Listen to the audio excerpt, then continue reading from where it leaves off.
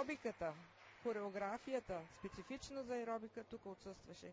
Ако забелязваш, тя прави няколко движения, крачки, гимнастическо упражнение. Или сложен преход, което не е типично за спортната аеробика.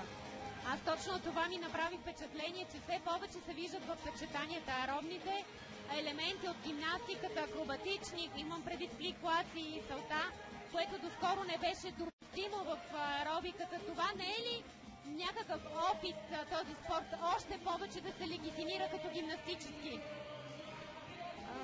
Включването на акробатични упражнения се толерира само когато те спомагат на хореографията.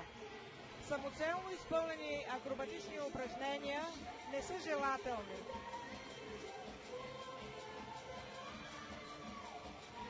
Това е испанката Мартинес, 8 от квалификациите.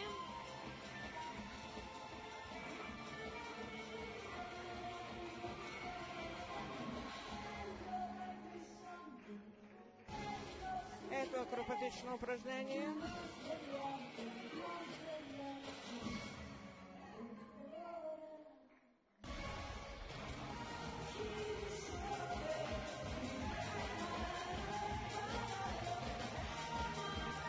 Ето това са типични аеробни серии.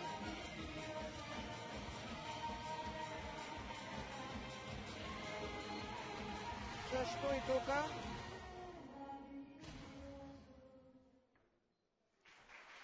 Много ми се иска да поговоря повече.